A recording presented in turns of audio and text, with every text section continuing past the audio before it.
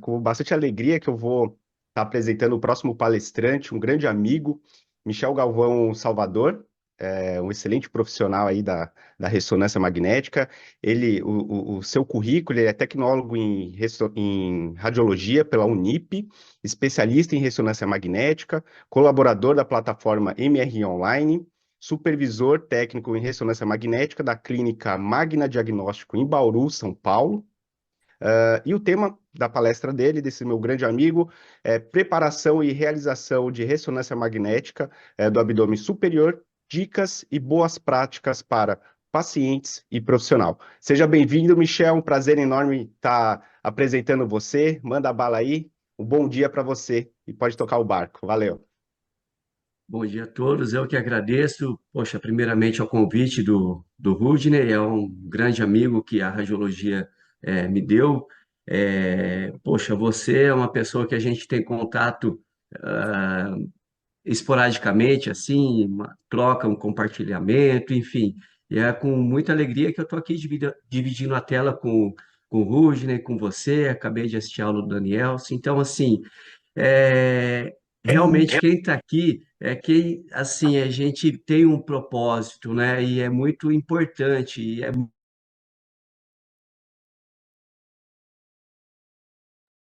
Voltou? Ok? Ok. Maravilha. Então, novamente agradecer aqui e é um privilégio, um prazer estar com vocês, estar com o Danielson, com o Thiago, com o Rudney. E vamos dar início, então. Um abração, meu amigo.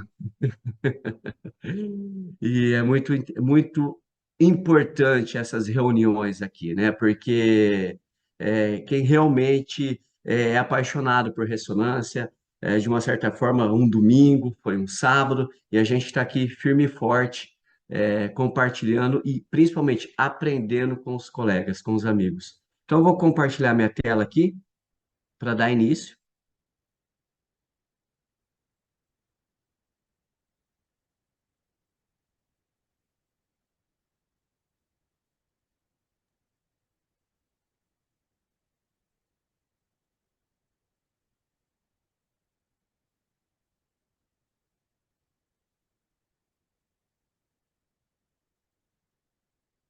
Tudo certo? Professor, se quiser, nós podemos aqui compartilhar daqui. Ah, é? É, Pode ser. pronto. Então você tira o seu compartilhamento aí que a gente coloca daqui. Então tá, só um minutinho.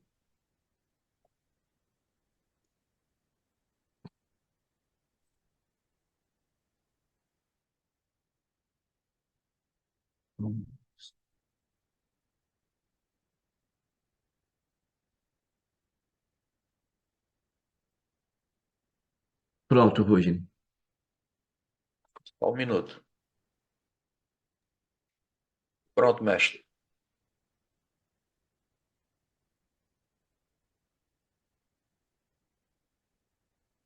Bom, então uma tarde. Ah, beleza, ok. Bom, quero falar um pouquinho sobre a preparação e a realização da RM de abdômen superior. Algumas dicas, né? Aqui já está o meu currículo. Enfim, pode passar, Rodine, por favor. Lembrando que não existe nenhum tipo de conflito, né, de interesse nessa apresentação, pelo contrário, aqui o nosso interesse realmente é poder contribuir, ajudar os nossos amigos, e é uma causa muito nobre. Eu fico muito feliz por ser convidado e fazer parte, dessa ação tão linda que está sendo feita no dia de ontem e hoje. Uma dica muito importante que eu utilizo no meu dia a dia, não só no exame de ressonância magnética do abdômen, mas na, no meu dia a dia, independente de qual exame que eu esteja realizando, tá? A gente tem que ter essa empatia, né? A gente tem que se colocar no lugar daquela pessoa que está ali na nossa frente, não apenas trocar de lugar com ele, né? Mas realmente a empatia é você trocar de lugar, se colocar no lugar daquela pessoa nas condições que aquela pessoa esteja, né? Então não é simplesmente eu me coloco no lugar daquela pessoa. Não, a gente tem que se colocar naquelas condições que aquele paciente está naquele momento. A sala sempre pronta para receber meu paciente.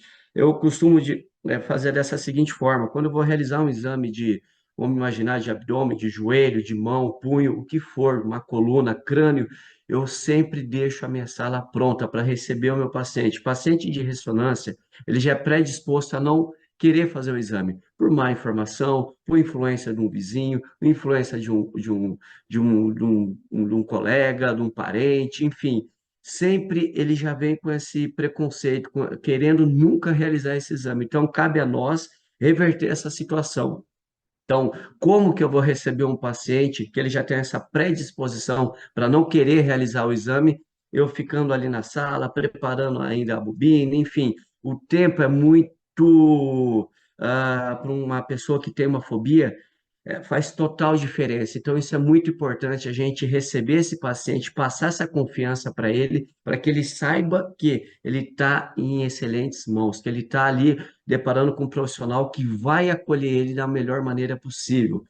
Posicionamento do paciente é extremamente importante, independente qual exame você vai realizar. Não adianta eu ter um conhecimento técnico, saber lidar com a máquina, ter um bom relacionamento, saber atender bem o paciente, se eu não sei fazer o meu posicionamento correto, ou pior, eu sei fazer, porém eu posicionei errado e não ir lá corrigir. Na clínica onde eu trabalho, os posicionamentos sou eu que faço, 100% eu que faço, tá? Colocar a bobina correta, fazer a marcação correta, não tem erro, é sucesso absoluto.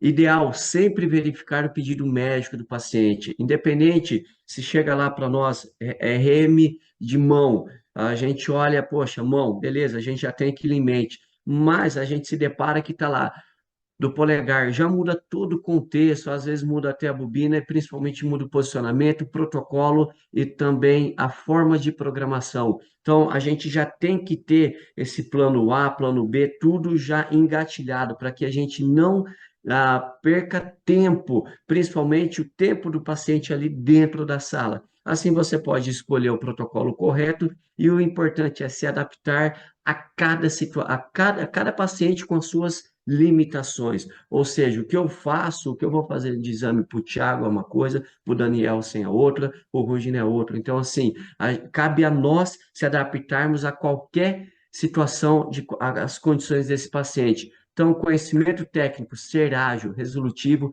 você tem um ganho de tempo e o principal, seu paciente sai com um diagnóstico perfeito, tá bom? Então, vamos lá. Aqui são os dois equipamentos que eu trabalho, é um Siemens Ensensa, um e-mail Tesla, uma versão E11, e agora a gente tem também um equipamento Sempra, um e-mail Tesla, com a versão mais nova, que é o XA50. Já tem a XA51, ele tem uma inteligência artificial, que é o Deep Resolver, o Sharp, tá? Então, são esses dois equipamentos que eu trabalho o dia todo. Essa aqui é a bobina que eu utilizo para fazer o abdômen, tá? Lembrando, o posicionamento é muito, muito importante. Eu tenho que fazer o posicionamento, colocar a bobina na parte superior do abdômen do paciente e coincidir com as bobinas spines da mesa, tá? Eu não posso, é aquela história, menos é mais. Eu não posso acionar 3 bobinas da mesa e mais 2 bobinas spine. Eu vou ter uma perda de sinal, uma perda de quantidade de bobinas. Então, o ideal é a gente casar a bobina spine da mesa com a bobina superior, com a bora. Então, eu utilizo 2 canais embaixo, 2 canais em cima, que, consequentemente, vão ser 6 canais, tá? Então, assim, é muito importante o posicionamento do paciente, juntamente ele posicionado na mesa corretamente e com a bobina perfeitamente colocado também para elas se falarem, se comunicarem. Aqui, a gente tem que ficar muito atento. Não adianta eu começar um exame dessa forma, com posicionamento errado do paciente na mesa e na bobina, tá? A estrutura que a gente for estudar, no caso é o abdômen superior, eu tenho que pegar o máximo de estrutura no meio das bobinas, no isocentro, para que eu tenha um ganho de sinal bem significativo. Não adianta eu colocar o meu paciente de uma forma incorreta, que eu vou ter perda de sinal, principalmente no abdômen, que fica muito próximo ao pulmão. Então, aqui tem muito ar, eu vou ter muito ruído, então eu tenho que tirar o bumbum da cadeira, ir lá e fazer o reposicionamento correto, que é dessa forma aqui, tá bom?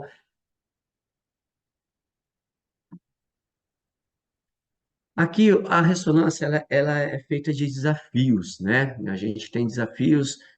Eu costumo falar que não existe um exame de. Eu vejo muitos colegas assim, que trabalham comigo até, enfim, fala assim: hoje a agenda tem 5 joelhinhos, 3 lombares, tá teta, tá fácil. Não, eu tenho 5 exames de joelho de ressonância magnética, eu tenho 3 exames de colunas lombares. Então, assim, a gente tem que ter a mesma atenção, a mesma concentração, independentemente qual exame você está realizando. Eu não posso imaginar uma ressonância magnética sem eu me aprofundar ali naquele exame.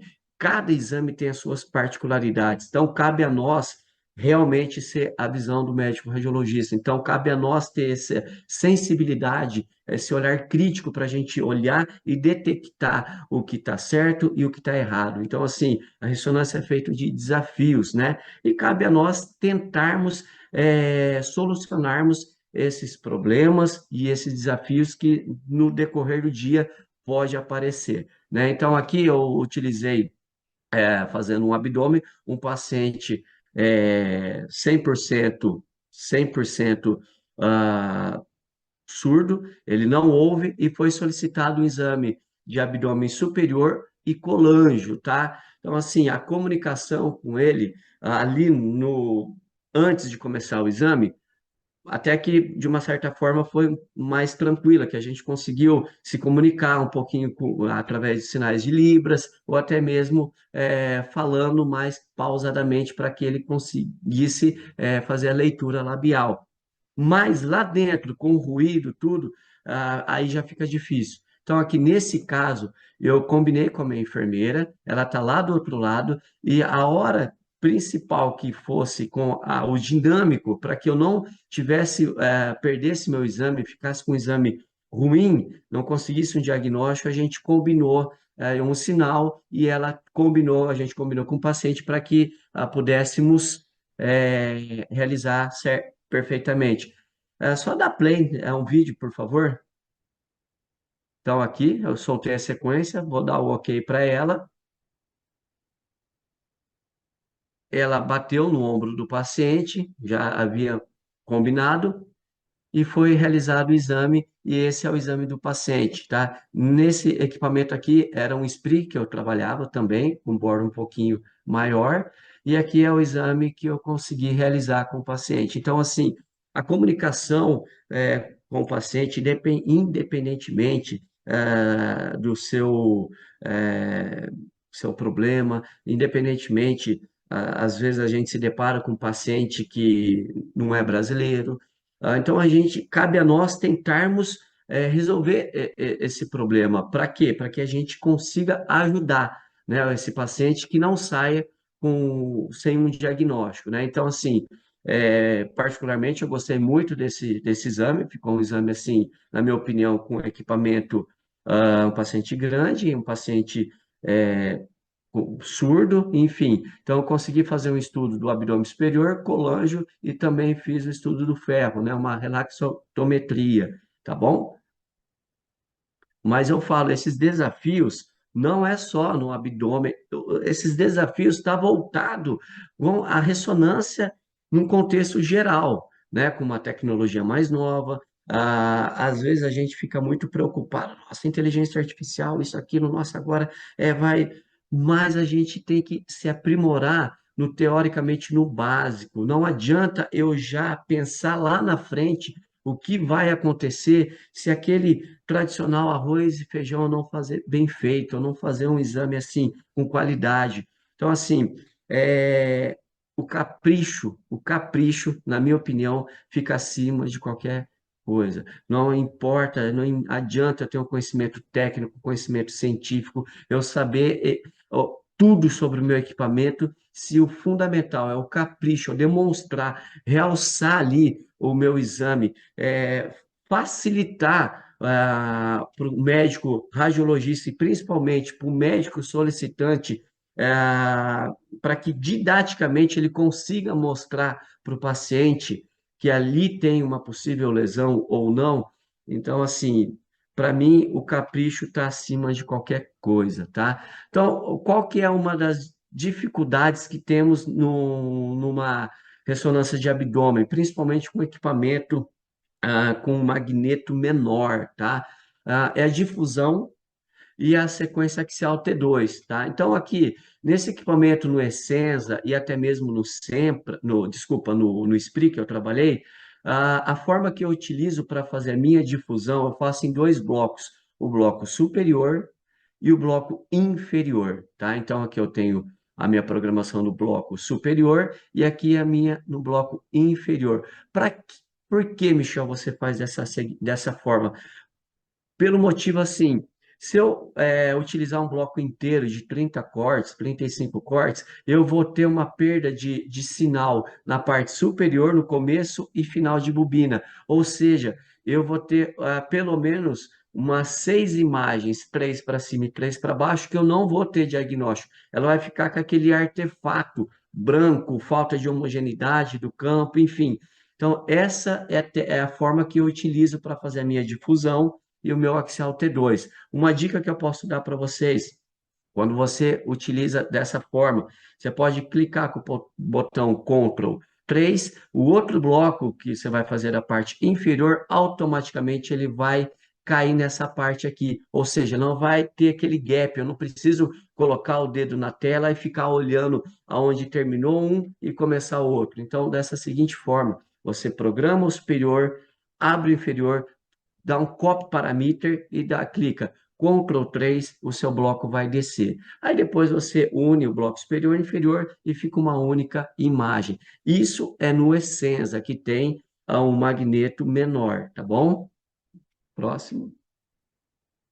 E esse é o resultado, tá? Eu utilizei, somei, né, a parte superior e inferior, então eu tenho aqui um axial T2 e tenho aqui a minha difusão, tá? Então, quando eu utilizo um bloco único com 30 cortes, esse é o meu primeiro corte. Olha que eu falei para vocês, eu não consegui uma imagem, não teve uma supressão, faltou a homogeneidade do campo, eu tenho esses artefatos, ou seja, eu perdi informação. Quando eu faço dividido em 15 cortes, ou até mesmo pego um abdômen um pouco maior, um fígado maior, eu utilizo 20 cortes, tá? 20 e 20. Então, aqui eu tenho, utilizando um bloco único, meu primeiro corte. E aqui dividindo, olha a diferença. Meu primeiro corte dividindo, eu já tenho uma homogeneidade, eu já tenho uma imagem melhor. E o meu último corte do bloco direto é assim, e esse é meu último corte quando eu faço superior e inferior, tá? Então há uma grande diferença. Então, essa é uma dica que eu dou para quem tem esse tipo de equipamento, tá bom? Próximo. Outra coisa que é comum se depararmos é esse artefato aqui, principalmente nas sequências Dixon Vibe, né? A gente, poxa, caramba, será que o paciente respirou, mexeu, enfim. A única coisa que eu mudei aqui, nessa imagem aqui, eu tenho apenas 20% do meu oversampling e com um tempo de aquisição de 19 segundos.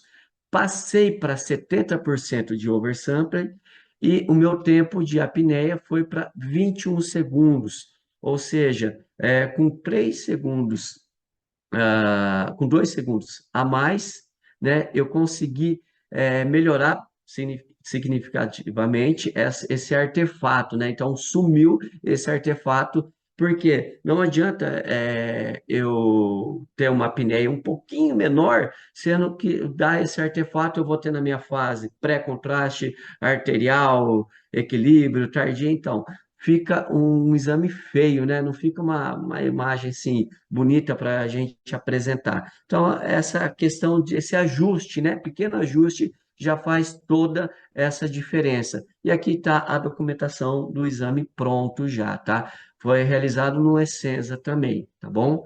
Próximo. Aqui eu já estou num outro equipamento. Estou com esse equipamento, está com praticamente quase um ano já. É o Sempra. O magneto dele é maior, se eu não me engano, é 55, né? Então, assim, ele é maior. Consequentemente, eu tenho uma melhor homogeneidade do meu campo. Mesmo sendo um gradiente maior, eu necessito colocar a estrutura no meu bem no isocentro, e essa é a forma que eu faço a minha difusão. Eu já não preciso fazer blocos superiores e inferior, tá? Então, consigo fazer um único bloco. Michel, qual que é a vantagem? Bom, a vantagem é uma única programação, não tem que fazer a parte superior, inferior, depois fazer, somar essas duas partes, enfim. Então, assim, e eu sempre começo pela difusão. Eu vou mostrar para vocês o porquê, tá bom? Então, aqui a minha difusão no Sempra, tá? E aqui a minha programação, por que eu começo pela minha difusão? Porque a difusão, eu faço a difusão livre, não é nem pregado, ela é livre, tá? Então, é em torno de uns 3 minutos a minha difusão, normal, ela vai soltando. Para eu colocar o meu navegador, tá? Eu vou mostrar no slide próximo, o meu navegador, eu pego a minha primeira imagem da difusão e coloco o meu navegador bem no meio dessa primeira imagem. Consequentemente, eu acerto nos outros 3 planos. Eu jamais clico com o botão direito e dou perpendicular no meu navegador. Eu não dou perpendicular. Então, porque se eu clicar perpendicular, o meu navegador ele vai mudar a sua orientação de fase. Consequentemente, eu vou perder aquela respiração do paciente. Ele vai gerar um certo conflito, tá? Então, assim, eu sempre começo localizador livre e já mando ver a minha difusão livre, tá bom? Próximo. E essa é a minha imagem, tá? Do meu axial T2, a minha difusão, né? Com B50, B800, meu mapa de ADC, feito num único bloco, tá? Numa única aquisição. Próximo. E essa é a forma que eu coloco, né? O meu trigger, tá? Então, eu estou aqui, a minha primeira imagem, quando começou a aparecer aqui no mapa de ADC, a parte superior do meu fígado, eu coloco o meu trigger bem no meio, não dou perpendicular.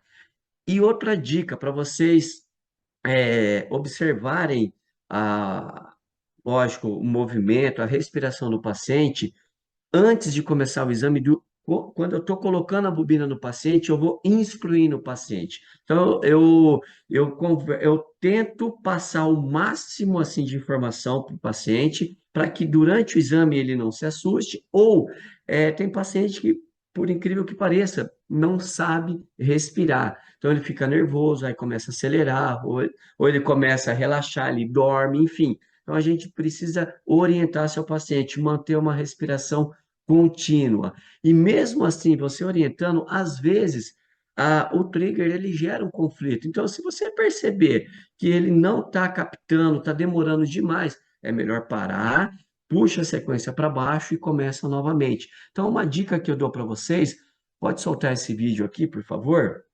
É assim, acho que ele ficou de ponta cabeça, enfim. Aqui a gente tem 20%, então uma conta bem básica, a cada 30 segundos ele tem que mudar 10%. Olha aqui, olha, ele já mudou, tá? Em 20 segundos ele mudou, ou seja, ele está numa respiração boa, ele capturou perfeitamente o meu trigger. Então, assim, quando a sequência, tá ligado? Ele tá lá em média 2 minutos e 30, mas ele oscila. Se você vê que ele vai para 6, ele cai para 1, ele vai para 5, ele cai para 2, então algo está errado, o trigger não está colocado corretamente, ou o seu paciente não está respirando perfeitamente, ou gerou algum conflito. Então, assim, coloque dessa forma, não dê perpendicular, e solta esse vídeo aqui, por favor, novamente, Então, assim, a gente vai monitorando aqui essa porcentagem. A cada 30 segundos, ele tem que cair 10%. Ou seja, a sua sequência não vai passar de 2 minutos, tá? Tanto a sequência axial T2 quanto a sequência axial T2 FET7. Tá bom? Pode passar. E esse é o exame que a gente realizou, tá? Então, aqui eu quero mostrar para vocês no Essenza, tá? É um aparelho, na minha opinião, muito bom. Lógico que não tem uma tecnologia igual agora com essa inteligência artificial, que a gente tem, consegue ter um ganho de tempo, que hoje a produtividade está assim. ah, Tem que agilizar mesmo, e é por isso, como o Daniel falou, a gente precisa muito estar se atualizando, e independentemente, é muito importante esse tipo de reuniões para que a gente possa mostrar e, mais importante, incentivar as pessoas, tá? Então, aqui são 3 casinhos que eu quero mostrar para vocês. Aqui é um feito na essência, um abdômen, né, com Licença, professor. 5 minutinhos para considerações finais. Tá, Jó, Tiagão, obrigado. Então, aqui um hepatocarcinoma, né, onde a gente vê todo. Eu faço a minha documentação, mas eu gosto de pegar, assim, uns highlights e eu colocar num único filme, tá, algumas imagens para que o médico consiga, assim, até de uma certa forma, explicar para o paciente didaticamente ou para a família, enfim. Então, isso que eu volto a falar. É o capricho, tá? Aqui é um outro caso de um abdômen que foi feito também no Siemens Essenza. Pode passar, por favor. Aqui, um protocolo, uma imagem, né, no SEMPRA que eu fiz com um hepato específico, com o Primobist, onde a gente trabalha ali com os valores, né, de alteração no Philip Angle. Aqui eu tenho também uma imagem, né, de um axial T2 pesado, da Colanjo, e toda a parte, assim, de documentação também. Pode passar o próximo. Aqui eu também tenho, né, acho que é o meu último slide, um nódulo, né, no pâncreas, onde eu, né, na minha sequência T2 Blade trigado, eu consigo visualizar aqui, mas eu utilizo uma sequência Space com espessura de corte de 2 milímetros, uma sequência trigada, com uma matriz muito alta, aonde a gente consegue mostrar com maior riqueza de detalhes, tá? Então, uma dica para fazer essa programação corretamente, utilize uma sequência coronal T2 livre ou seu próprio localizador livre, certo? A sequência axial T2 trigada para que você consiga fazer a programação corretamente, porque o FOV está dedicado e a espessura de corte também é muito fina, tá bom? Próximo. É isso, pessoal. Quero agradecer mais uma vez ao Rodine, ao Tiago, e eu fico muito feliz, muito grato aí por essa pequena colaboração.